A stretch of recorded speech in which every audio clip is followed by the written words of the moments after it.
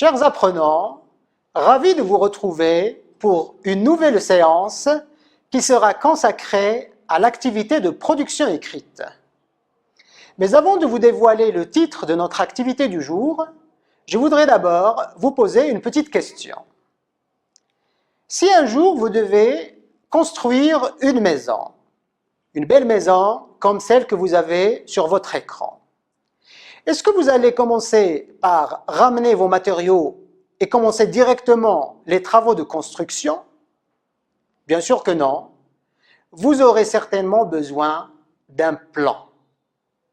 Alors pareil pour la production écrite, avant d'entamer la rédaction d'un texte, on a besoin d'un plan de rédaction. C'est pourquoi aujourd'hui, nous allons essayer ensemble de découvrir quelques plans argumentatifs. Alors notre objectif est d'abord de vous rendre capable d'identifier différents types de plans et ensuite de vous permettre de choisir un plan pertinent en fonction du sujet qui vous sera proposé le jour de l'examen régional. Commençons d'abord par définir ce que c'est qu'un plan. Un plan, c'est d'abord la mise en ordre des idées. Le plan dépend essentiellement du sujet traité et de l'objectif de votre rédaction. Ce plan sera votre feuille de route qui vous guidera tout au long de votre travail de rédaction. Et surtout, si vous réussissez votre plan, soyez sûr, vous allez réussir également l'ensemble de votre production écrite. Ce que vous devez savoir, c'est qu'il existe plusieurs plans de rédaction. Il y a par exemple le plan dialectique, le plan analytique, le plan concessif, le plan comparatif, et la liste est longue.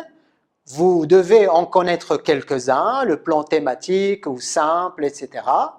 Alors aujourd'hui, nous allons nous focaliser sur le plan dialectique. Le plan dialectique est une structure qui permet d'analyser un sujet d'opinion, c'est-à-dire un sujet qui soulève une polémique. Cette polémique, normalement, il divise l'opinion publique en deux catégories. Les uns pour, que l'on appelle les partisans, les autres contre, que l'on appelle les détracteurs ou les opposants. Le plan dialectique est basé sur une construction à trois temps, c'est-à-dire qui suit un rythme ternaire. D'abord, une thèse, c'est-à-dire les arguments des partisans. Ensuite, l'antithèse ou les arguments des opposants. Enfin, la synthèse qui constitue le dépassement de cette contradiction, ou la conciliation des avis, et puis votre point de vue personnel. Maintenant, quand doit-on utiliser le plan dialectique? Le plan dialectique est utilisé avec des consignes qui sont formulées comme suit. Par exemple, que pensez-vous de? Êtes-vous d'accord avec? Partagez-vous l'idée selon laquelle? Ou bien êtes-vous pour ou contre? Etc. Généralement, on a recours au plan dialectique lorsque le sujet amène un débat, une controverse, une polémique ou une différence de point de vue. Alors, pour mieux comprendre ce que c'est qu'un plan dialectique, nous allons essayer de travailler ensemble sur un exemple. Le sujet que je vous propose est le suivant. Certaines personnes pensent qu'Internet est un outil formidable pour les jeunes d'aujourd'hui, alors que d'autres estiment qu'il constitue pour eux un danger permanent. Qu'en pensez-vous? Dans un texte argumentatif, exprimez votre point de vue personnel en le justifiant par des arguments et des exemples. Alors dans ce sujet, quel type de texte me demande-t-on de produire? Nous avons l'expression texte argumentatif. Donc la typologie de ma rédaction, elle est fixée par le libellé du sujet. Deuxième information importante, elle est dans la première ligne, c'est le thème autour duquel tournera ma rédaction, c'est le mot Internet. Maintenant, à côté de ces deux informations, il me faut relever des mots-clés. Ces mots-clés sont les suivants. Un outil formidable. Formidable est un adjectif mélioratif, positif, valorisant, ce qui veut dire que nous sommes du côté de la thèse. Un danger permanent. Le mot danger est un mot négatif, dévalorisant. Donc, nous nous plaçons ici du côté de l'antithèse. Et puis, point de vue personnel qui me réfère à la synthèse, le moment de la vie personnelle que l'on doit présenter vers la fin. Donc, à travers ces éléments qu'on vient de relever, on peut concevoir le plan suivant. Dans notre introduction, nous allons commencer par annoncer le sujet, poser la problématique et puis finir par un ensemble de questions, ou bien vous pouvez en même temps annoncer le plan. Dans le développement, il faut mettre deux blocs distincts. Le premier concerne la thèse, c'est-à-dire la présentation des arguments des partisans, les gens qui sont en faveur d'Internet. Je vous rappelle que pour chaque argument, il faut une illustration, un exemple, et puis un deuxième bloc qui concerne l'antithèse, c'est-à-dire l'ensemble des arguments contre Internet, ou bien les arguments des contradicteurs. Là aussi, vous devez illustrer vos arguments par des exemples concrets. Et vers la fin, la conclusion viendra apporter donc la synthèse, le dépassement de la contradiction, la conciliation des points de vue et bien sûr votre point de vue personnel également. On peut finir notre conclusion par une ouverture qui va orienter le débat vers de nouveaux aspects. Pour être plus concret, nous allons essayer de travailler sur un texte. Jour après jour, Internet ne cesse de gagner en popularité dans les quatre coins du monde. Mais, malgré ces nombreux aspects positifs, certains esprits rétrogrades restent encore réticents quant à l'utilisation de cette technologie. À qui doit-on donc donner raison? Nous avons commencé par annoncer le sujet par une seule phrase. La deuxième phrase est venue poser la problématique, c'est-à-dire l'opposition. Et puis, la dernière phrase est une phrase interrogative qui introduit le questionnement. Je vous conseille donc d'être simple, bref, concis et précis. Pour le développement, nous avons besoin d'abord d'une entrée, c'est-à-dire d'une phrase introductrice. On peut dire par exemple, les partisans d'Internet avancent un certain nombre d'arguments pour étayer leur thèse. Dans cette phrase apparaît le mot « partisan » qui montre que nous sommes du côté de la thèse. Il y a également le mot « Internet » qui est le thème essentiel de notre rédaction qu'il faut bien sûr rappeler. J'ai choisi un rythme ternaire, c'est-à-dire 3 arguments pour la thèse. Pourquoi pas 2? Parce que 2 c'est peu. Pourquoi pas 4? Parce que 4 c'est trop. Alors le chiffre 3 est un chiffre idéal pour ce genre d'exercice. Alors le premier argument est le suivant. D'abord, cette technologie est un outil de recherche remarquable. En effet, en quelques minutes seulement, elle nous permet d'accéder à une banque de données extrêmement riche et diversifiée. Nous avons commencé notre paragraphe argumentatif par le lien logique d'abord, qui ouvre une série de liens logiques. On appelle ça un lien logique corrélatif. C'est-à-dire qu'on ne peut pas dire d'abord et se taire. Quand on dit d'abord, on s'attend à la suite. On s'attend à ensuite, par ailleurs, etc. Nous avons également utilisé l'expression « ces technologies » pour reprendre le mot « Internet ». Ce procédé est appelé les anaphores.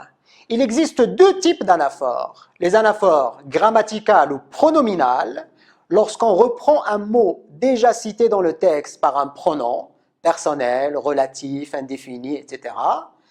Et il y a aussi les anaphores lexicales ou nominales, lorsqu'on reprend un mot cité dans le texte par un mot équivalent. Ça peut être un synonyme, ça peut être une périphrase, comme ça peut être tout simplement un mot générique. Donc notre argument ici est que Internet est un outil de recherche remarquable. Cet argument a besoin d'être illustré. C'est pourquoi on a eu recours au lien logique « en effet », qui est un lien logique qui introduit l'exemplification ou l'illustration. L'argument numéro 2 est présenté sous le même schéma. Donc on commence par un lien logique qui assure la continuité de la réflexion, ensuite, puis on reprend le mot « Internet » par l'expression « le net », qui est une anaphore lexicale également, puis on met l'argument « Internet est un moyen de communication efficace », puis pour illustrer cet argument, on recourt cette fois à ce qu'on appelle une proposition subordonnée relative explicative, qui est introduite par le pronom relatif « qui ».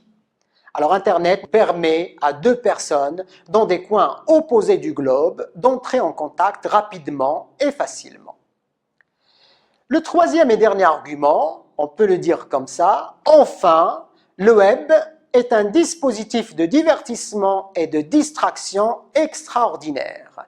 Là aussi, on a commencé par « enfin » pour clore cette suite argumentative, puis on a utilisé le mot « le web » pour reprendre l'Internet, pour assurer cette cohérence et cette homogénéité du texte, parce qu'il faut à chaque fois reprendre le sujet principal de la rédaction, c'est ce qu'on appelle la progression à thème constant, et puis on utilise aussi un lien logique de l'exemplification, de l'explication, pour introduire l'illustration. Alors ça nous donne, enfin, le web est un dispositif de divertissement et de distraction extraordinaire.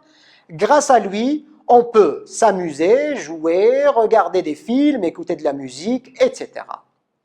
Voilà donc pour la première partie de la thèse. Récapitulons les trois arguments qu'on a donnés ici. Alors, Internet est un outil de recherche remarquable. Internet est également un moyen de communication efficace. Et surtout, Internet est un dispositif de divertissement et de distraction extraordinaire. Passons maintenant du côté de l'antithèse. Et pour ceci, nous avons besoin d'une phrase de transition. Parce qu'il faut toujours se mettre en tête que le correcteur est en train de suivre votre réflexion. Donc, vous devez l'aider à comprendre que vous êtes passé du côté de la thèse vers le côté de l'antithèse grâce à cette phrase de transition que je vous propose ici. Par exemple, on peut dire « Cependant, les détracteurs de la toile ne manquent pas d'arguments pour justifier leur prise de position. » Alors ici, on a utilisé un lien logique qui marque l'opposition, justement, et puis on a mis le mot « détracteur » pour mentionner qu'on est placé du côté de l'antithèse, et on a repris le mot « Internet » par l'anaphore lexicale « la toile ». Là aussi, on a opté pour trois arguments pour garder cet équilibre et ce parallélisme entre la thèse et l'antithèse. Premier argument des détracteurs. D'un côté, cette nouvelle technologie constitue une perte de temps considérable. D'ailleurs, certains élèves y consacrent beaucoup de temps, négligeant ainsi leurs leçons et leurs devoirs. Là aussi, qu'est-ce qu'on a fait ? On a utilisé un lien logique pour entamer le paragraphe, d'un côté, puis on a repris le mot Internet par cette nouvelle technologie pour garder toujours cette continuité du sujet, et puis on a utilisé un lien logique pour donner aussi l'illustration. Pour le second argument des détracteurs, on va utiliser un lien logique corrélatif avec le premier, d'un côté, de l'autre côté ou d'un autre côté, puis on va utiliser le mot « ce dispositif » pour reprendre l'Internet, qui est le thème essentiel de notre rédaction, et pour introduire une illustration ou des exemples, on a eu recours ici aux 2 points, qui est un signe typographique qui peut également servir à introduire l'exemplification. Ça nous donne, d'un autre côté, les répercussions néfastes sur la santé des jeunes utilisateurs de ce dispositif sont à prendre également en considération. Maux de dos, problèmes de vue, troubles de sommeil, obésité, on peut même parler de troubles psychiques. Et puis à la fin, le troisième et dernier argument est conçu sous le même schéma. Donc enfin, pour montrer la clôture de notre réflexion, et puis le mot Internet qu'on peut se permettre d'utiliser ici, puisque la dernière fois qu'on a utilisé le mot Internet, c'était au début du texte, donc ce n'est pas très grave si on le reprend ici. Et puis on utilise, pour illustrer l'argument, un exemple qui est introduit par une proposition subordonnée relative explicative, introduite toujours par le pronom relatif « qui ».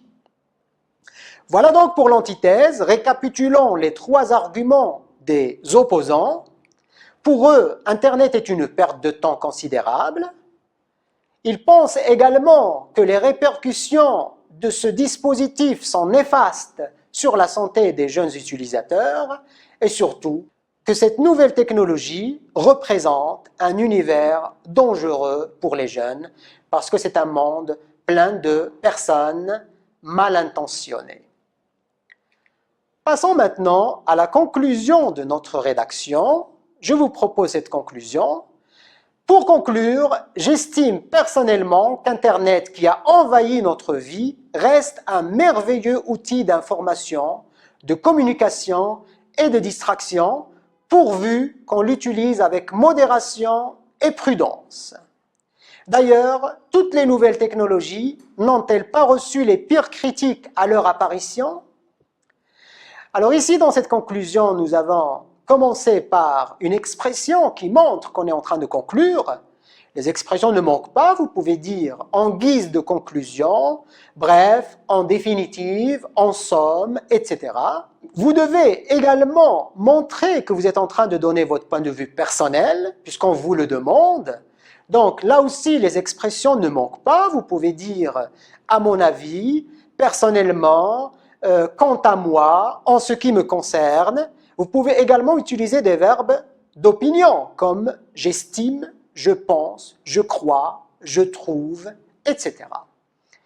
Et puis, nous avons essayé de dépasser la contradiction qu'il y a entre les opposants et les partisans en conciliant les 2 points de vue au moyen d'une concession. C'est-à-dire qu'on n'est pas totalement opposé à l'utilisation d'Internet. Au contraire, Internet présente des aspects positifs énormes et nombreux. Sauf que l'utilisateur doit être conscient des dangers que représente cet univers. C'est pourquoi il doit l'utiliser avec modération et surtout avec beaucoup de prudence. Nous avons tout simplement essayé de dépasser la contradiction, de concilier les points de vue et surtout à la fin, nous avons ouvert le débat sur un autre aspect, celui de toutes les technologies qui, à leur apparition, reçoivent quand même beaucoup de critiques. À chaque fois qu'il y a une nouvelle invention, il y a toujours des réticents.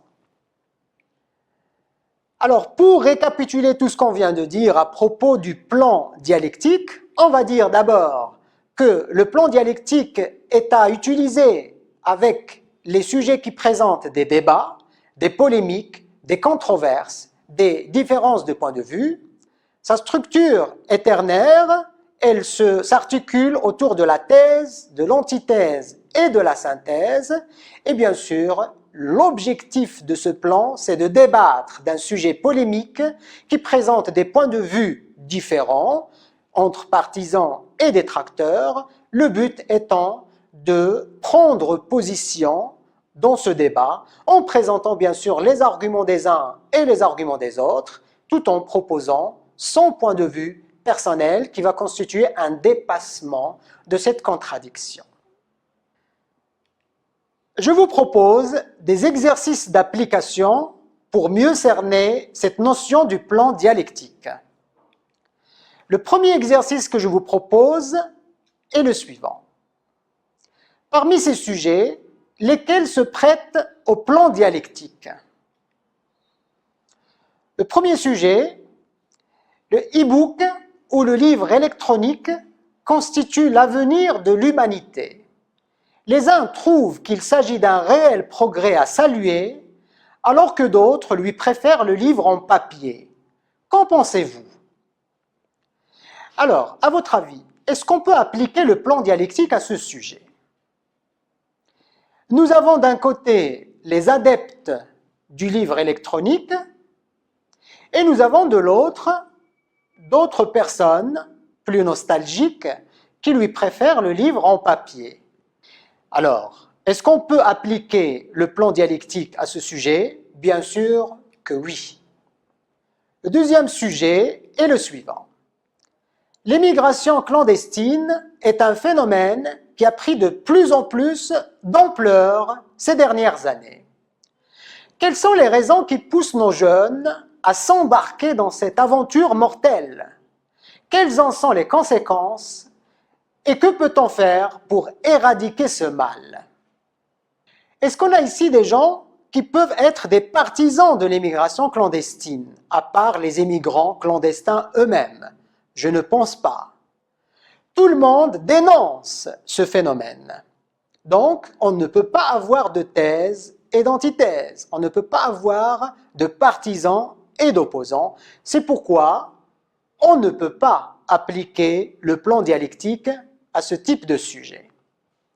Troisième et dernier sujet que je vous propose, faut-il être autoritaire avec ses enfants pour leur inculquer la discipline ou, au contraire, être souple avec eux pour favoriser leur épanouissement? Discuter. Pour ce sujet, nous avons d'un côté les adeptes de l'éducation autoritaire et de l'autre côté les adeptes de l'éducation permissive. Nous avons donc notre thèse et notre antithèse. C'est pourquoi on peut utiliser le plan dialectique avec ce type de sujet. Deuxième exercice, lisez attentivement le sujet de production écrite suivant, soulignez les mots-clés et proposez un plan de rédaction pertinent. Votre lycée a décidé d'adopter l'uniforme scolaire. Êtes-vous pour ou contre cette décision? Rédigez un texte argumentatif dans lequel vous exprimez votre point de vue à ce sujet en vous appuyant sur des arguments et des exemples précis. On commence d'abord par définir le type d'écrit que l'on est amené à produire. On peut relever ici texte argumentatif. Deuxième chose à relever, l'uniforme scolaire. Donc là, on cerne un peu le sujet dont il sera question dans cette rédaction. C'est le port de l'uniforme scolaire. On remarque également qu'il y a des gens qui sont pour le port de l'uniforme scolaire, d'autres personnes qui sont contre ceci. Et puis à la fin, nous avons notre point de vue personnel. Vous voyez que rien qu'à travers la lecture du sujet, nous avons pu relever une esquisse du plan à adopter. Alors, à votre avis, quel plan de rédaction peut-on adopter pour ce sujet? Bien sûr, il s'agit d'un plan dialectique. Voici une proposition de plan. Pour l'introduction, on doit d'abord annoncer le sujet, poser la problématique et finir par une ou deux questions à la fin, ou bien annoncer le plan du développement. Pour le développement, on va mettre deux blocs distincts, la thèse d'un côté avec tous les arguments en faveur du port de l'uniforme scolaire, à chaque fois avec des illustrations bien sûr, Le bloc de l'antithèse sera formé des arguments contre le port de l'uniforme scolaire, illustrés à chaque fois aussi.